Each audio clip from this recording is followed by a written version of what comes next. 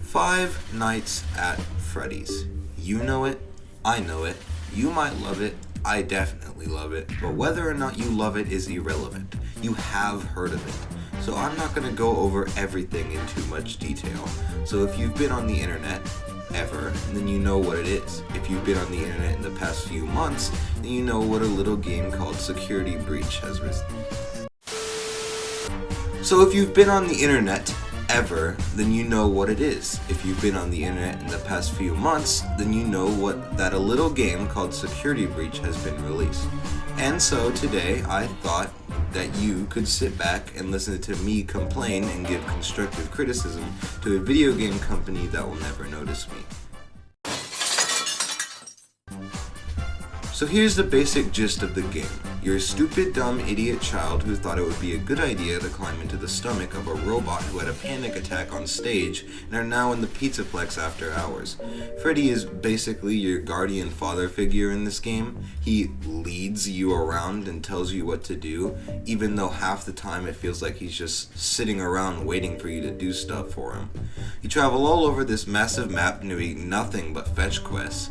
Go here, grab this, go there, fix this, go back here, put it here, watch the cutscene, go take the eyes, and on and on and on and on and on. It's all a fetch quest. The whole game is a fetch quest. When I heard that there was going to be a new FNAF game, I did not expect nor want it to be a fetch quest game. But it is. So great.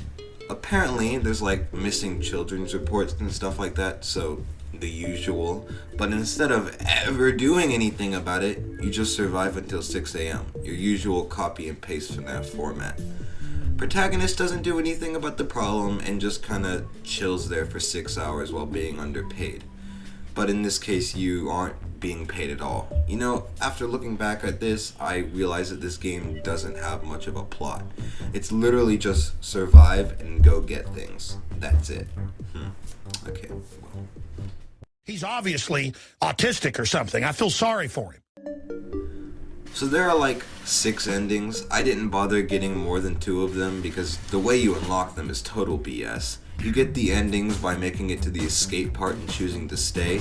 You then have to do an incredibly specific set of tasks to get the ending without saving. Well, at least now you can save with a singular save station that they recently made available to you after 6 a.m. When I did my playthrough, that wasn't a thing, and I don't really feel like doing the endings. The endings are nothing crazy. If you want to see the endings, then you could just look up a video of the different endings, which is sad to say that I don't feel like talking about any of them. The other FNAF games endings were worth talking about. You felt like you could just sit down with a friend and talk about them. Every FNAF game had something to talk about, something interesting about them that kept you talking about them even years after their release. But Security Breach? I'm gonna be perfectly honest with you, I don't think anything crazy really happened in this game. I mean, if you walked up to me and asked me what the most interesting thing that happened in Security Breach was, it'd take me a little bit. Which is sad, because I'm able to say good things about every other FNAF game out there. They're all good. They're all what they claim to be, and they gave secrets and insight on the stories while still raising more questions. This game didn't really answer any of my questions. It just kinda left me confused. Now, I know what you're gonna say.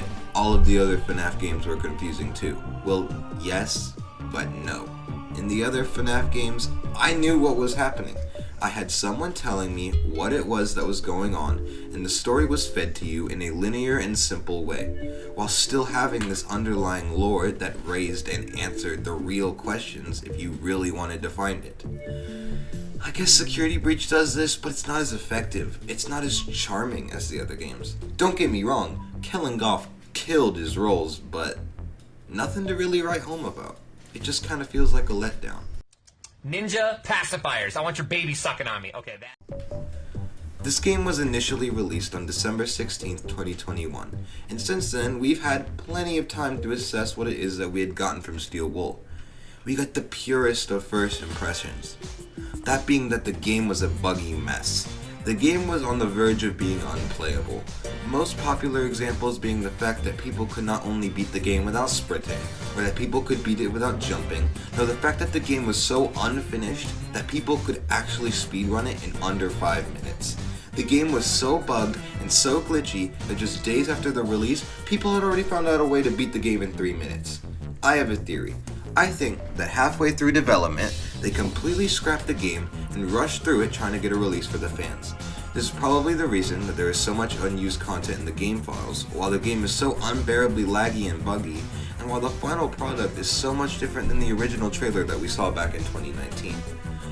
I'm not going to complain about the fact that it took them basically 3 years to make the game, because it takes a long time to make games, but when the final product turns out like this, no, that's not really acceptable. I think they released an unfinished product and then had the entire fandom be the beta testers. We basically all paid $50 to be beta testers.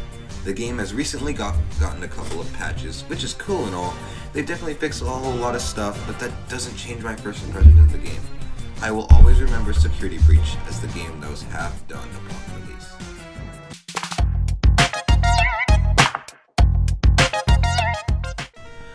I think what has been bringing down Five Nights at Freddy's ever since its original debut in 2014 was its simple refusal to show us the dark and sinister stuff. I get that stuff can be scarier if we simply don't see it, but I just think that with FNAF, it's not enough. Sure, the Uncanny Valley memorable character designs of the original games are great and all, but they aren't that scary. FNAF relies on the descent into chaos. One minute you feel like everything is under control, and the next nothing is under control. The simple anticipation of something happening when you expect something to happen, it doesn't, and stuff happens when you least expect it. That's where the gold lies. But, unfortunately, FNAF relies heavily on the looked down upon form of horror known as jump scares. Let's get this out the way. Jump scares aren't scary. Jump scares can scare you, but they themselves aren't scary. A jump scare is just a PNG or a GIF that just pops in on your screen and makes a loud ear-piercing sound for a short amount of time and claims to be scary. And Security Breach is no different. Security Breach is almost the least scary FNAF game we've ever gotten. At least all the other original ones had ambience and stress-inducing mechanics and gameplay, but, I mean, in Security Breach, you don't even have to use the stealth mechanic that is supposed to be used frequently. But back to the point. The refusal to show us the dark stuff that FNAF was always destined and meant to be. We have creators like Martin Walls, creator of the Walton Files, and MDPTV, a highly underrated channel, should totally check it out instead of watching this trash video, who don't even hesitate to show us the scary, dark stuff that FNAF should have been since the beginning. But with this refusal, I hate to say it, but I think FNAF will suffer the same fate as Hello Neighbor. A game born from an interesting concept but was tainted with money, being able to see the potential of appealing to a younger demographic.